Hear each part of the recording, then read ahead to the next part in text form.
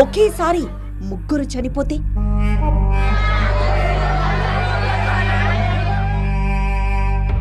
నిన్నటిదాకా ఆనందోత్సాహాలతో కళకళ్లాడిన ఇల్లు ఇవాళ కన్నీటి రోదన్లతో నిండిపోయింది. మిన్నంటిన ఆర్తనాదాలతో ఊరూరంతా తల్లడిల్లింది.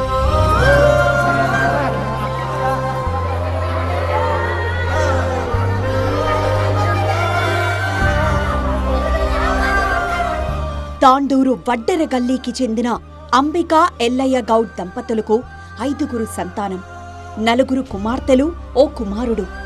ప్రైవేట్ ట్రావెల్ ఏజెన్సీ నడిపే ఎల్లయ్య వచ్చే సంపాదనతో సంసారాన్ని నెట్టుకొస్తున్నాడు. ఎంత కష్టమొచ్చినా, ఎన్ని ఇబ్బందులొచ్చినా పిల్లల చదువుకి మాత్రం ఎక్కడా లోటు రానివ్వలేదు. ఆస్తివ్వకపోయినా పర్లేదు, చదువిస్తే చాలు, వాళ్ల కాళ్ల మీద వాళ్లే బతుకుతారని బలంగా నమ్మాడు. అందుకే బిడ్డల్ని ఉన్నత చదువులు చదివించాడు.